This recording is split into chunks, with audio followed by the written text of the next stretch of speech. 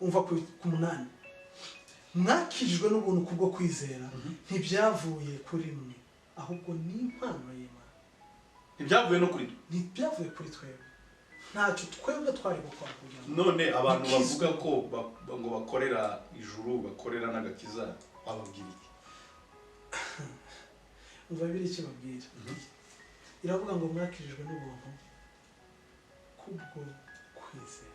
Ni ikintu kimwe gusa cyonyine gishobora kuduheza agakiza, gishobora kuduhesha ijuru, ni ukwizera gusa. Kwizera iki? Kwizera umwana w'Imana no kwakira ibyo yadukoreye, apana twebwe kumuha ibyo dukoze, ahubwo no kwakira ibyo yadukoreye. ahubwo ni nacyo kintu uhise uzamura kubera byonyine ni understanding, kumva ko kwizera ari umurimo wa muntu biri mu gushaka kuba nabyo abantu bakabyibeshaho. Umuntu akumva afite uruhare nyine akambwira ngo kwizera n'undi murimo. Oya, kwizera ni ugupfa kuri wowe, ugapfa wowe ukakira. Yego, ni nayo mpamvu kwizera nayo ni impano. Impamvu ari impano nuko kwizera kuzima ari Kristo.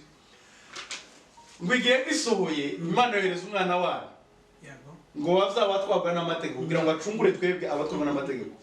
Noneho Bibiliya mu Bagalatiya none hagatavuga ngo kwizera kutaraza ngo twayoborwaga dutwawe tuohewe gutwumva n'amategeko. Uhita wumva ko kwizera na Kristo byazigiye kimwe. Mu yandi magambo uhita wumva ko kwizera ni Kristo, ntabwo ari icyo twebwe dukora. Ni nacyo kintu abantu ntuzi unasomye manuka gato usome handi avuga ngo imirimo myiza yaturemeye kuko turaba. umva ku icumi, kuko turabo yaturemeye, kuko turabo yaremye ituremeye imirimo myiza muri Kristo. Twebwe ija no kuturema yaradufashe twese turemera muri Kristo. Ituremeye tubabyumvise uravuze ngo wishaka kwerekana ubutunzi bwayo nuko yafasha abantu bose ibabumbira muri Kristo. Tiyarekeraho irema n'imirimo yose aho myiza ntabwo mbuzi aravuga ngo ituremeye imirimo myiza muri Kristo. Inayiremera muri Kristo. Nacagiye iyo nkoze simbona ubukoze. Kintu kiratangaje. None ibyo abantu bazabishaka, imirimo abantu bazabishakamo ni iyi. Umva kandi ngo Imana yiteguriye kera ngo tuyigendere. Uzi ko mbise nsanga amagambo y'Imana n'utso tuyasoma kenshi. Bibiliya iravuga ngo niwe byose muri byose. No kuvuga ngo na ya mirimo twitaga ko ari yacu tuza twishakamo yarayiduteguriye. Buri iyo ngize neza akakugirira neza sinje ubukoze. No muri Kristo yashize muri. Ahubwo twe twiyitirira iyo mirimo kandi sibyo. Hashimwe Kristo wenyine. Iyo ngiye gusura umurwayi sinje uwo wabikoze. No muri Kristo yashize muri ngo ugenderemo. Ibi bintu mureke ngewe mbabuhamya bw'ibintu. Ibi bintu abantu babimenye. Nuko abantu baca bugufi. Nazajya nkamenya nta kintu dushazanye. Uri muri jewe niwe utumye ngira ico ngize. Niwe utumye ngize ico nkoze. Niwe utumye ngize ica cyo cyose kivuye muri jewe. Ni Kristo uri muri jewe niwe uhakora. Hashimwe Kristo rero. Uziko ryangamba rivuga muri mara no gukora ibyo mwategetswe.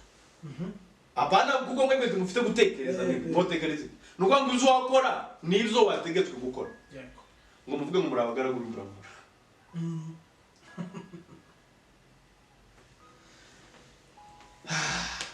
Twavuga byinshi ariko tugana ku musozo. Bene data, Imana yatugiriye neza kuduhishurira ubutumwa bwiza, kumenya ubutunzi butangaje yadushyizemo, kumenya ubutunzi butangaje muri ibi bihe by'imperuka tugenda duhishurirwa. Ubwiru bwose bw'Imana yarabuduhishuriye. Hari ikintu kimwe gikomeye ngira ngo mvuge wenda tugana ku musozo. Abantu tureke gutinda ku gucungurwa kw'imibiri cyane, glorification, kuko iyo duhereye aho ngaho ikiri imbere kirapfa, ariko iyo duhereye imbere ikiri inyuma kirakira. Amen. Iyo duhereye ku muntu wacu w'imbere umubiri urakira, ariko iyo duhereye ku inyuma imbere arapfa. Bimeze gute?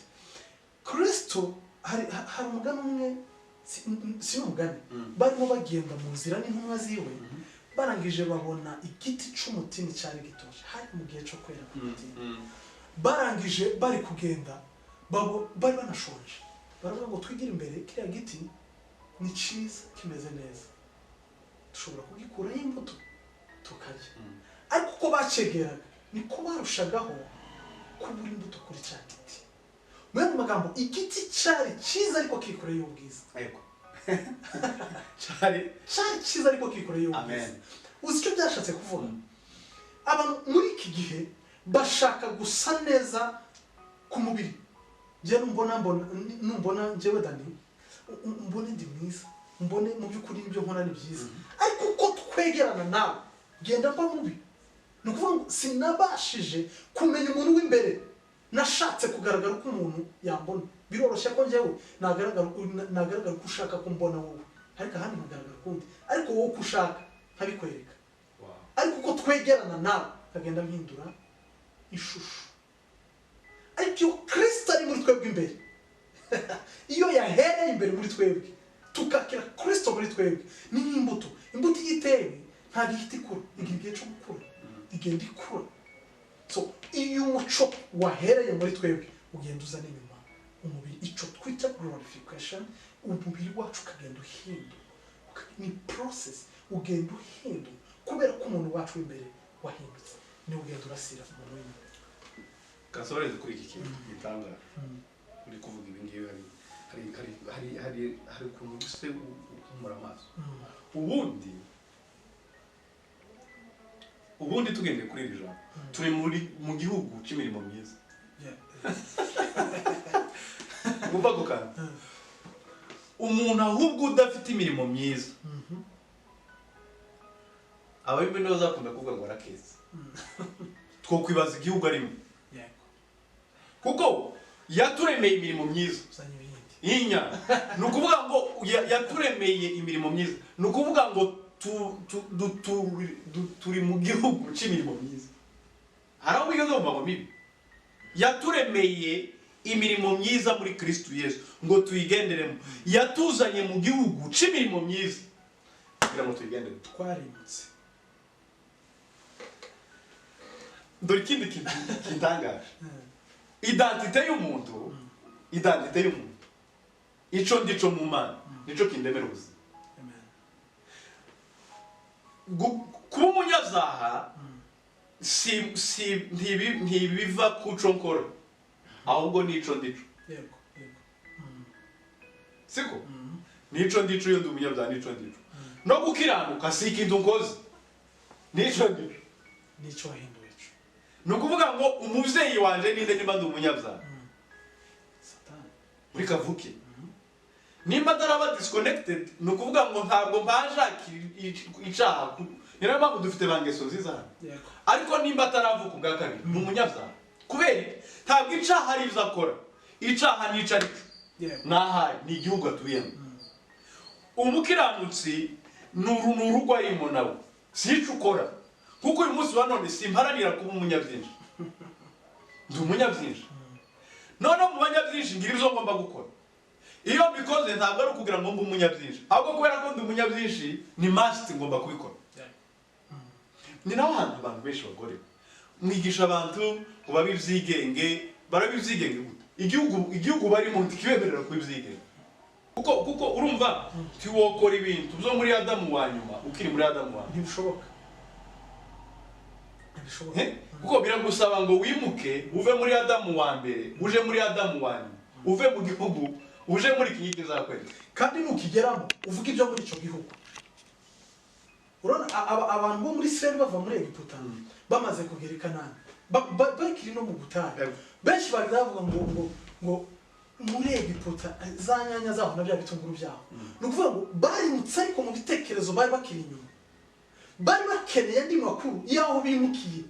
No kuvuga aho wimukiye hari ibindi bintu biharanga, hari andi makuru. Aho muri Kristo twimukiye rero hari amakuru y'umuco, nta mwijima urimo, hari amakuru yo gutsindishirizwa, nta kwitsindishiriza ko kirimo. Ni ukuvuga ngo amakuru y'igihugu twimukiyemo ni yakenewe gusubiza ibitekerezo inyuma mu gihugu twavuyemo. Ntabwo bikenewe, dukeneye kumenya amakuru yo muri Kristo kuko niyo gihugu dutuyemo. uzi ko ari naco bitisekira muri Tito 2:11 avuga ngo ubuntu bw'Imana bwabonetse butwigisha. No kuvuga ngo iyo wimutse uhita utangiraga kwiga ibyaha muri aho uhindura amakuru wari ufite ugatangira kumenya amakuru y'igihugu urimo cya Kristo n'ibihagenga Kristo umuco ugatangira kumenya umuco. None abantu baza bavuga ko abantu babwiriza ubutumwa bwiza bigisha abantu gukora ibyaha babiterwa n'iki?